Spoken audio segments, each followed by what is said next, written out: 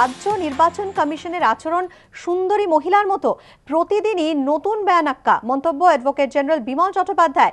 তীব্র প্রতিবাদ কমিশনের আইনজীবী লক্ষ্মীচাঁদ বিহানির। এ ধরনের মন্তব্য হলে আদালত কক্ষ ত্যাগ করার হুমকি। শান্ত করলেন প্রধান বিচারপতি।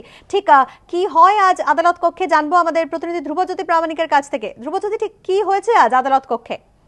দেখো বৃষ্টি, গতকালের পর আজ ফের হঠাৎই এজলাস, প্রধান বিচারপতির এজলাস উত্তপ্ত হয়ে ওঠে। আর এদিন উত্তপ্ত হয়ে ওঠে অ্যাডভোকেট জেনারেল বিমল চট্টোপাধ্যায়ের একটি মন্তব্যকে কেন্দ্র করে।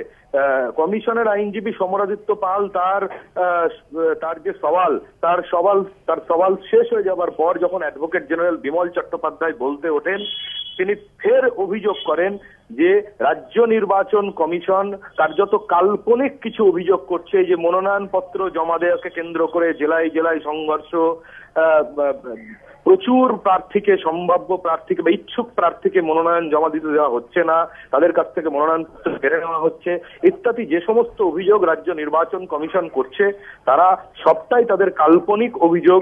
এরকম কোনো তথ্য রাজ্য সরকারের কাছে নেই।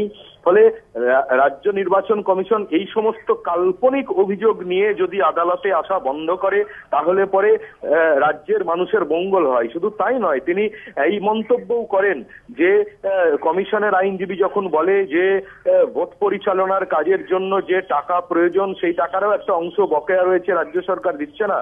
অ্যাডভোকেট জেনারেল তখন এই মন্তব্যও করেন যে টাকা দিতে রাজ্য সরকার সবসময় প্রস্তুত, কিন্তু রাজ্য সরকার এটাও নিশ্চিত করতে চায় যে অকারণে মামলা মোকদ্দমা করে জনতার পয়সা এভাবে বাজে খরচ করুক কমিশন, সেটাও কিন্তু রাজ্য সরকার চাইছে না। এই মন্তব্যের কিন্তু কড়া সমালোচনা করেন সমরাদিত্য পাল।